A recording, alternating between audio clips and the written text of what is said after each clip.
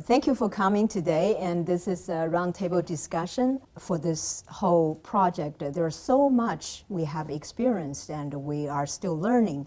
And so the first question is, how did you explore and utilize the acoustic and cultural similarities and differences with the combination of Western and Chinese instruments in this project? Dorsey, why don't we start with you? I listened to your individual interview, and I found there are lots of things very interesting you said. I'm particularly interested in lost and found. I think it's a very good point that you made that when somebody said when East meets West, the sound or the idea lost in translation, and you said this is not about translation. You are not trying to translate one language to another. Instead, you're trying to create something new. And so I thought that's a very good point. Maybe we could start from that. Yes, I think that did influence my approach to the piece, in that I recognize that this is a brand new type of ensemble, and yet each half of the ensemble is coming with its own tradition. So, of course, I was completely trained in only one of the traditions, Western. So in trying to combine the two, I knew that I would be heavily influenced by what's natural to me, to my compositional voice. And yet Chinese music is not completely unfamiliar to me because my heritage is Chinese, and I heard some of it while growing up, but I'm not trained in it. I have no understanding of it. It's just a superficial sound. So when I was writing, I was mostly trying to find a way of working the sound of the Chinese instruments into my own compositional voice, and yet modifying my own music to allow room for these new instruments, new sounds, new sound world, with the idea that the two of them in combination would be something completely new for me. So the idea of lost and found, I suppose, is not so much lost. I think it's a negative way of putting it, lost. Modified, perhaps, that my own music was modified a little bit. And obviously not being trained in Chinese music, my approach to using the instruments is non-traditional or my own approach, but it was more exploring what could be created. 我这个作品呢，我在写民乐的时候，经常比较注重，它的旋律性，包括它比较容易被接受的这样的一个情感。这个作品应当说是比较传统，但是它和纯民乐也不一样。就是如果从音乐的构成上讲，曲调的基本素材上讲，它都属于有旋律的，但是在整体的结构构思上，它更有点像西方的自由的变奏曲式，所以在这个作品当中呢，最重要的就跟它不太一样，最重要的首先是在表层的音乐的旋律，一般的这种音响，但是在乐队的组合上，它是服从于这样的一个主要的目的的。就是这个作品并不是为了这样一个组合去寻找它特殊的声音、特殊的音响，而是首先还是遵循于我那个创作的主题，寻找到我认为合适的音乐之后，一切东西都是为这个顺着这个来做的，就这么多。Well, one thing I really like about this project is that all 6 composers had the same task, and it was kind of a unique task to write for this mixed ensemble. So we would all come from our own background, our own place, our own musical style, to create a new piece, but for the same instrumentation. So I feel this is almost like a cooking show. You know, you're provided the same ingredients to see what you can come out. So for me, I liked the whole ensemble. I chose to use all the instruments, but I made a few choices thinking about how the Chinese and Western instruments would go together. For example, because we had the dizi, the Chinese flute, I decided to use like an alto flute and a bass clarinet so that there was kind of a different range from the three wind instruments put together. A combination of like a high Chinese flute, a sort of mid-range Western flute, and a low bass clarinet make a kind of new wind ensemble.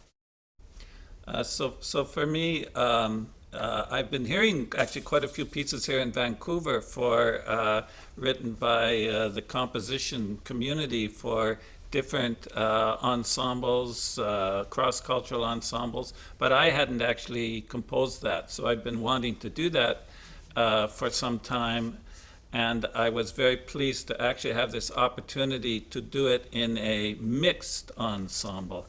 So in writing for the Chinese instruments, I wanted to kind of work with the natural qualities and even the scales of those instruments. So I tried not to treat them as instruments to do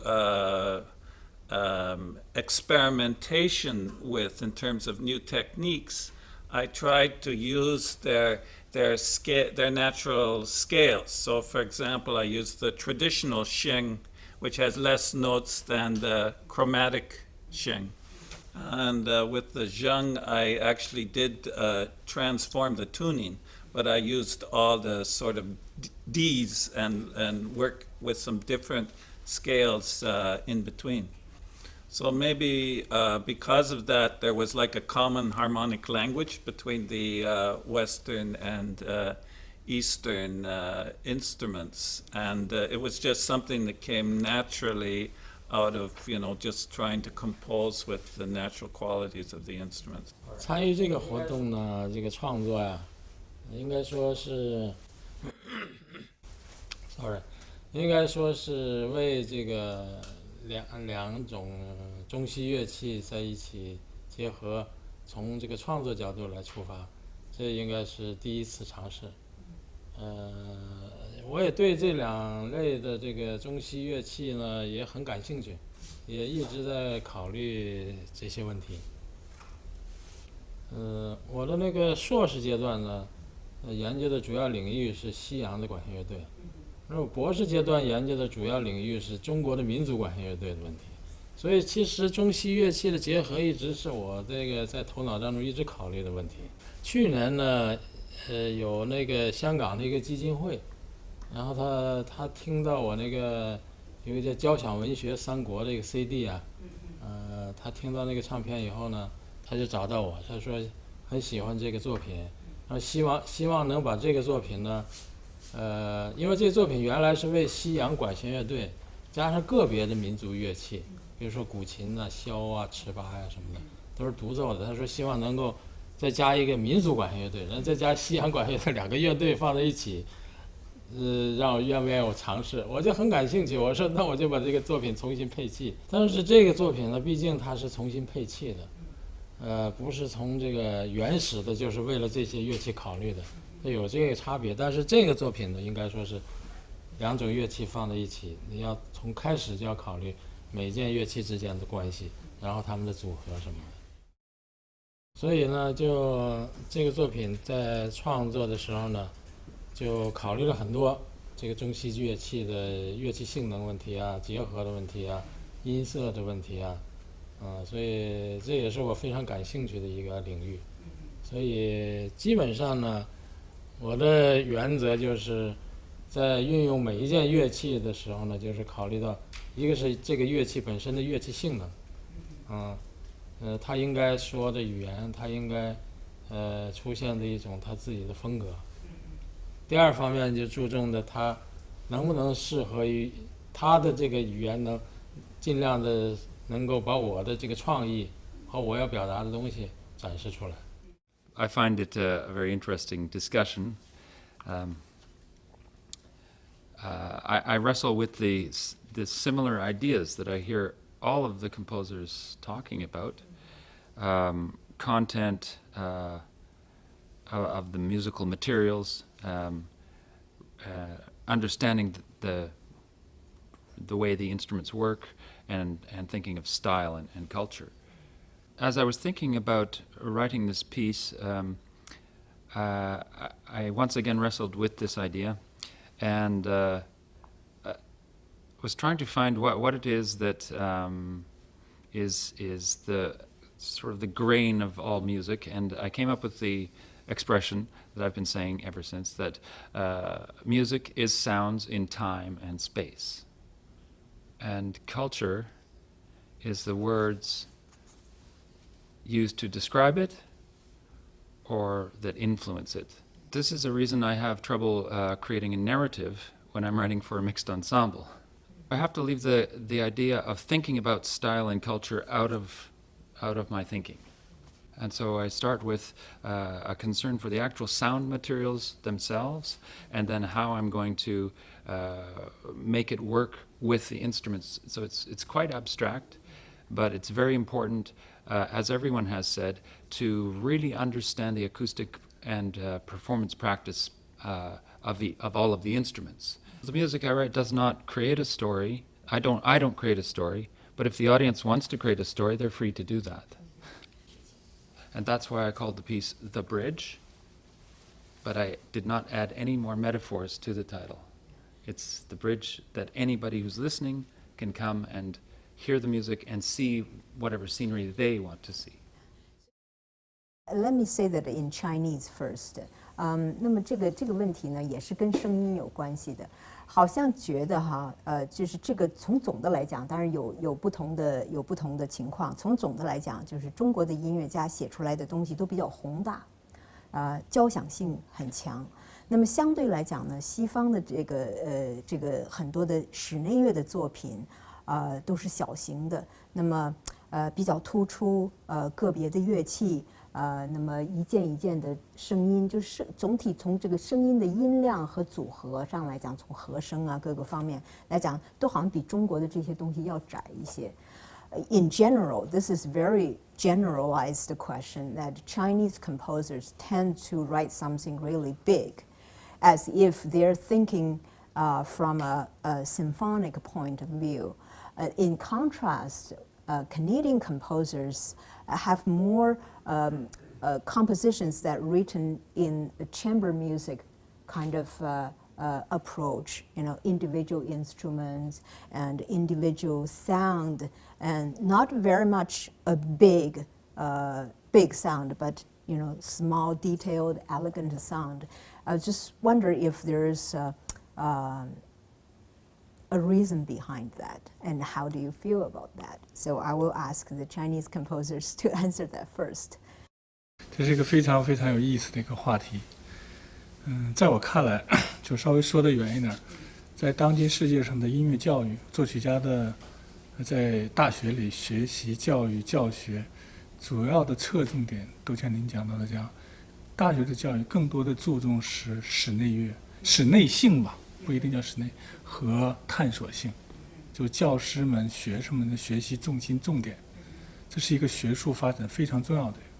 我们也是这样，在音乐学院，从我个人，我非常赞成这样，而且我也是对于学生教学当中是坚决这样做。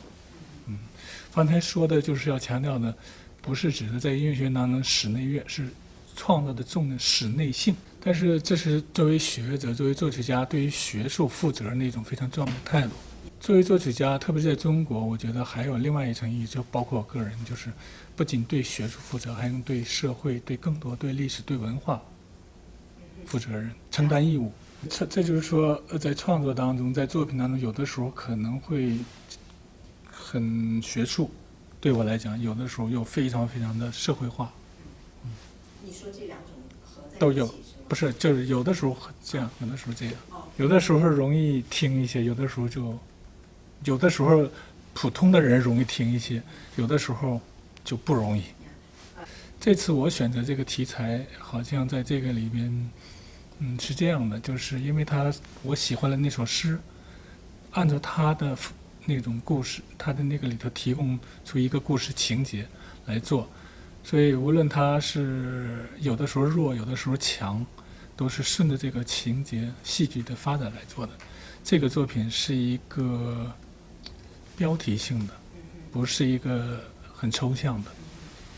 所以有的时候，比如说，如果说是它比较更大、更强，不是说我的一种艺术追求，而是这个作品的需要。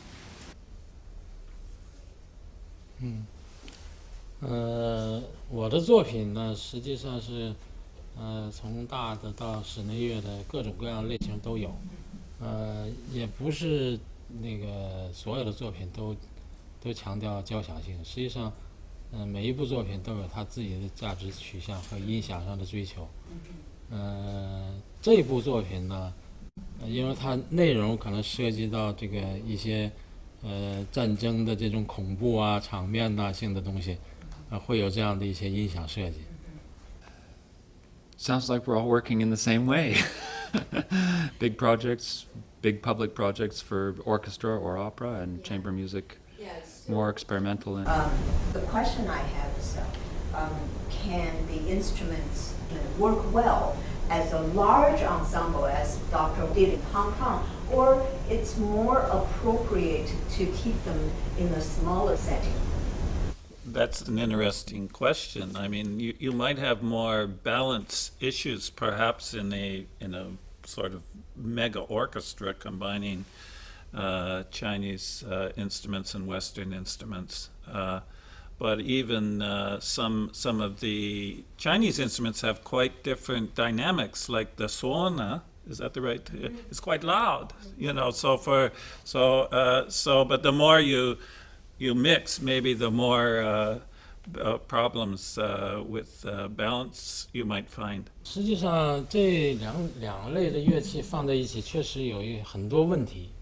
但是呢，因为那部作品是重新改编配器啊，它不是从原始的创作就是为这两类乐器考虑的。所以呢，实际我认为这个如果是专门为这两类乐器写的话，你就要考虑每一类乐器的每一种乐器啊，就是说，比如说拉弦乐器、弹拨乐器，再加西洋的管、那个铜管、木管的这些啊，你就要考虑他们不同的这种适合他们演奏的东西。你不能把小提琴和二胡加在一块儿来演奏的东西，那很难听的。这就是你刚才说的那个有问题是指的这个问题。对，很多问题是需要认真考虑的。你比如说这个，通常有一些线条性的东西啊，我们就给那个小提琴呢分成几个组哈，或者拉开几个八度。但是如果是二胡来适应这样一个状态的话，就很难适应。为什么？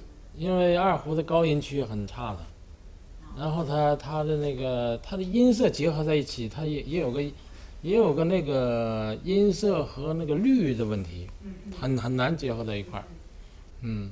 但是在这部室内乐里面呢，我试验了有几个片段啊，就是用那个小提琴、中提琴加上二胡、高胡，有一个四部和声的几个小的片段在结尾那部分。高文教授讲的那个平衡问题啊，其实我们按照学西方音乐嘛，都要讲究平衡配器。但是呢，实际我们现在观念跳出来，我们获得平衡的那个是为了获得一个好的音乐效果。获得平衡的手段不是用平衡的手法来获得，就经常，比如唢呐它不容易平衡，不是要求它去平衡，而是突出它某些东西，来起到同样的效果。那您讲的这个平衡是？我可以一会儿举例子来讲，就现在有一些那个低音黑管，我们现在一样的很noisy，它并不是要求平衡，去通过不是像古典音乐那样的平衡的概念来达到。创造一个音乐好的音乐。It's possible that in a large ensemble, the differences might be more manageable because you can add and subtract. The BC Chinese Music Association commissioned a piece from me for the ensemble, and so they were all Chinese instruments. And so for the wind part, I had Zhongxi play guanzi and suona. And I thought, well, suona is a bit of out of control oboe. It's quite loud, and the guanzi is like a chalumeau clarinet. And so I wrote my piece, and I tried to just write a piece in my normal way. And as a Western composer, you're used to this industrial revolution product of these instruments that have been forged to create as much as possible equal balance of volume and as much timbral continuity, even though the natural tube is still there, but to create as much evenness along the whole range as possible. Well, I discovered that it was essentially, in a chamber music context, impossible for me as a composer to incorporate those two wind instruments. Yes. And Sona and Guanzi.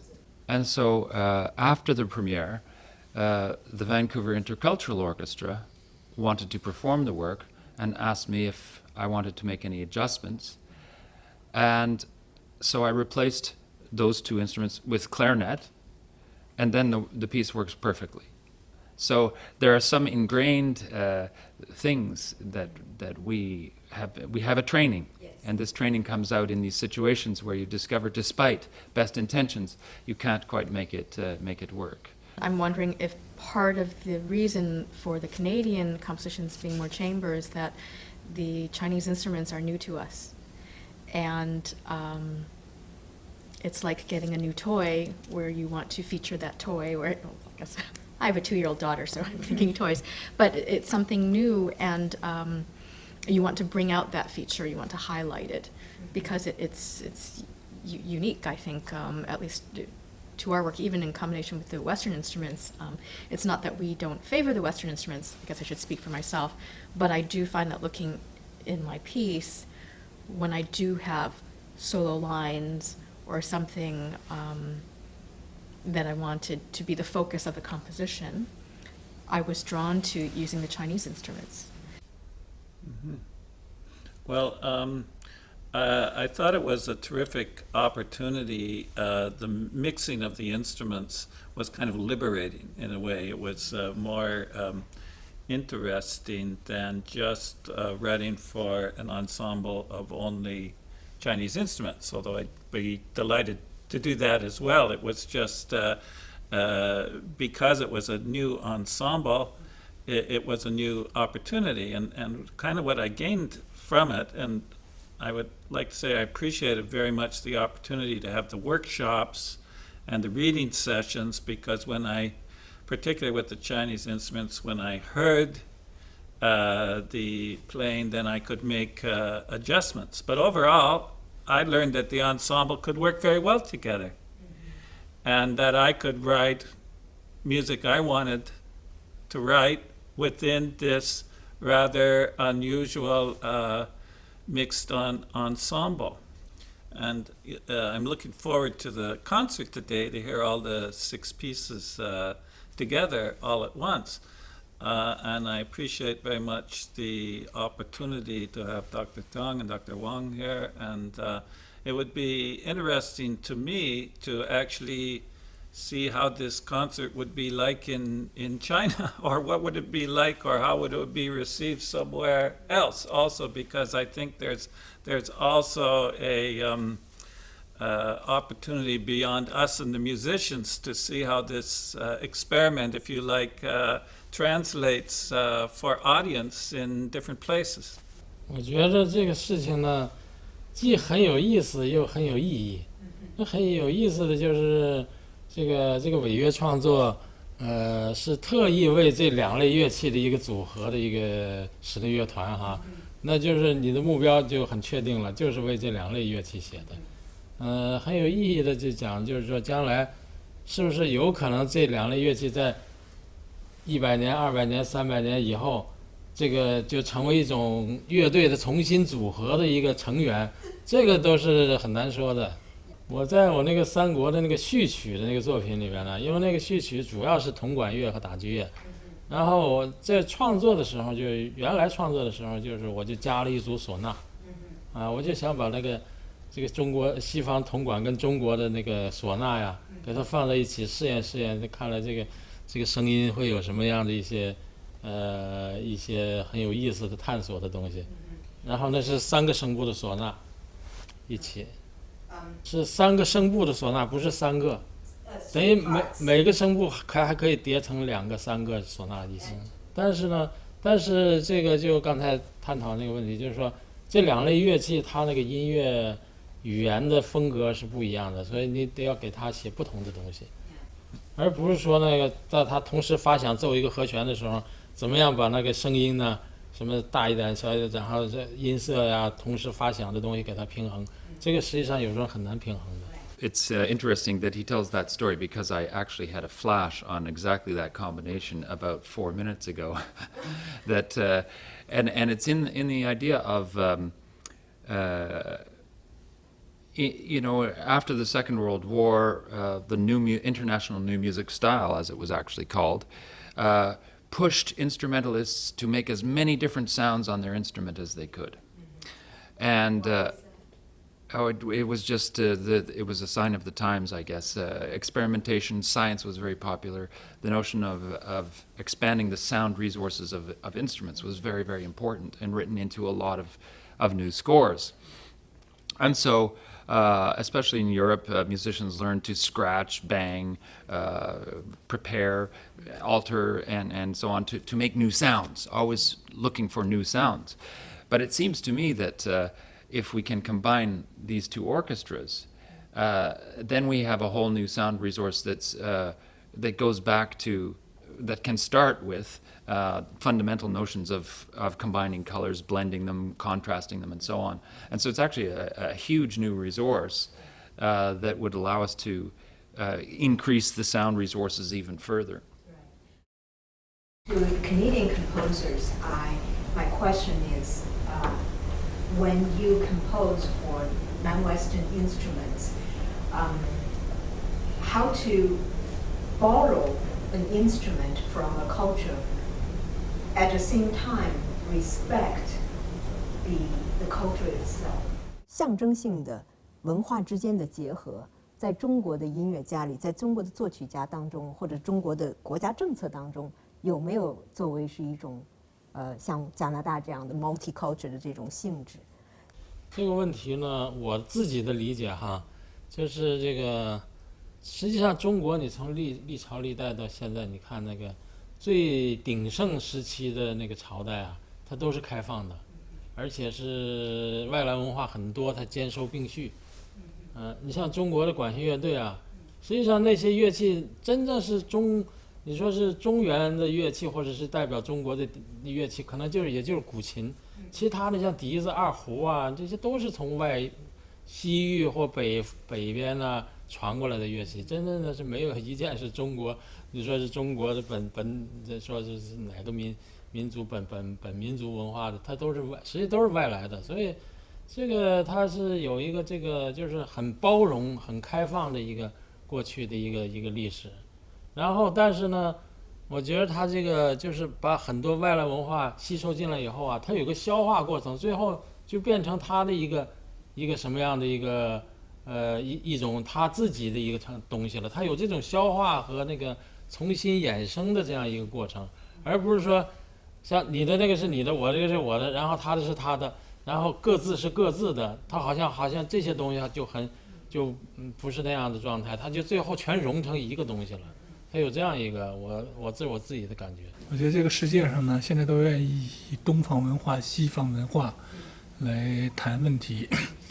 其实原先的4大文化，印度、埃及、古埃及什么希腊、中国，但是形成了这样东方和西方啊，实际上呢，中国成了一个非常非常重要的一个讲文化一个引力圈。它有一个非常巨大的文化吸引力。过去历史上虽然有4大文化文化的发源地，但实际上中国现在好像成了东方一个唯一的一个文化吸引力这个引力圈一样，像南极北极一样。所以像王教授讲，从历史到现在，什么东西到这儿都变成了他自己的。所以对中国人来讲，无论就是不谈现在政府提倡什么，从过去历史到现在一直是。外来的东西都成了中国的，洋为中用，外为中用，一直是这样的。它这样的一种现象是一种历史形成的民族性格，就是当今的现在的共产党，毛主席那种洋为中用，其实也是在这个性格影响下产生的。所以这不是一个简单一时的一个政治问题，是一个历史的民族性格。所以这个我觉得，所以就形成了一个文化上的中国文化特点。所以现在你就是世界的这种融合也好，交融也好，其实在中国来讲，跟加拿大不一样。中国学习西方的东西，永远是考虑怎么形成中国的文化，永远是这样。所以现在就像我，比如说我是汉族人，我写了蒙族的音乐，我也觉得我是写的中国音乐。但是加拿大我觉得不一样，就是像您讲，它多种文化并存。我特别觉得这2天，我觉得温哥华色彩特别多，每个房子色彩都不一样，每个都有很可爱的一个形象。所以这个地方它多元文化并存，可能最后终极目的也是形成自己的文化特点，但是这个过程还是需要很长时间。在多民族并存当中，逐渐慢慢的会产生它自己特有的东西来。就是他可以说我不是西方，不是仅仅用西方音乐代表，而是加拿大音乐。Yeah, so it's not Western music, it's Canadian music, you can say that. Yeah. Can I speak to that issue? I think it's certainly there's a historical precedent, I would say, from the whole period of nationalism and nation building, and that the notion of cultural property is certainly a really interesting topic. And in the end, I think perhaps that's one of the reasons why I come back to the actual personal story. And I think that's something that is typical of North America, is that in the end it comes down to somebody's personal story of why are you here? Because it's except for the Aboriginal people, it's a continent of immigrants. If I could say, I think the majority of Canadians do not have a desire to build a single monoculture. It's quite the opposite. So the interesting question for people who are interested in being part of this new culture is to, as you had said before, to respect the other, but at the same time, the other is also a person now thrown into a new multicultural situation. So the Persian tar player also plays in a fusion band. So it's a unique new culture.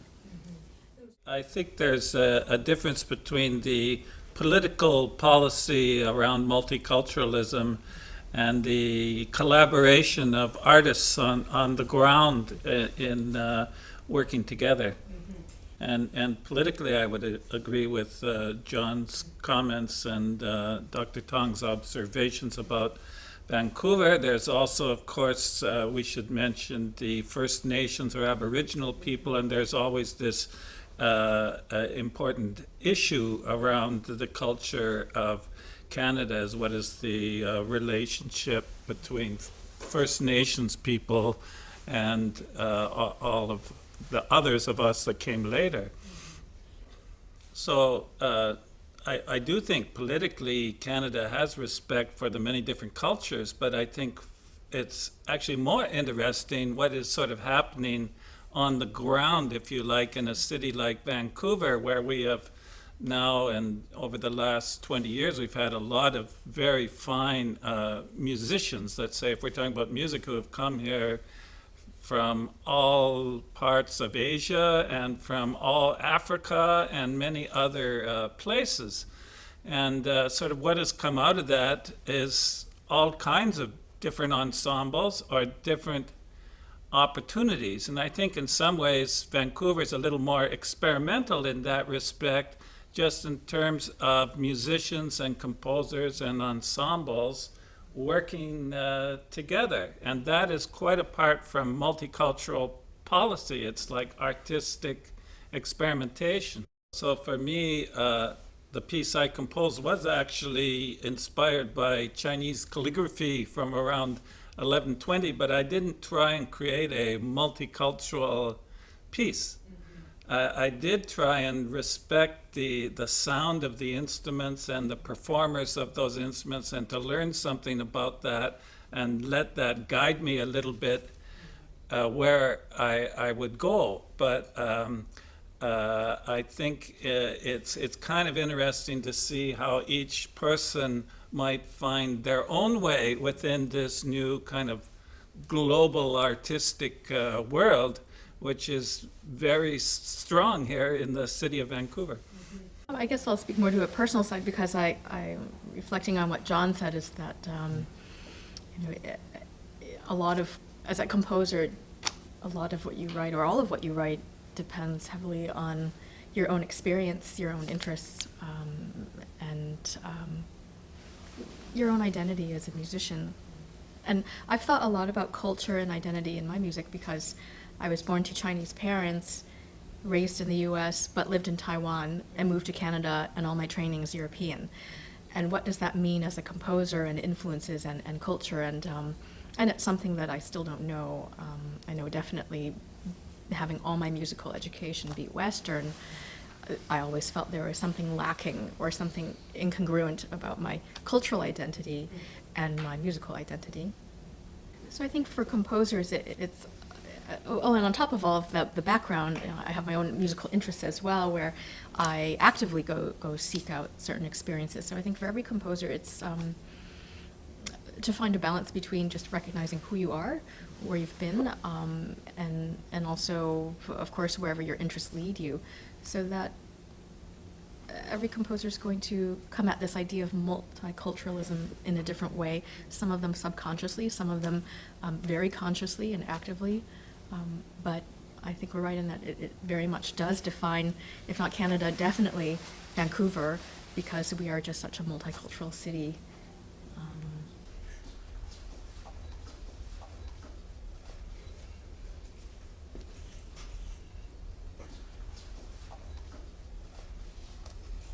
One more.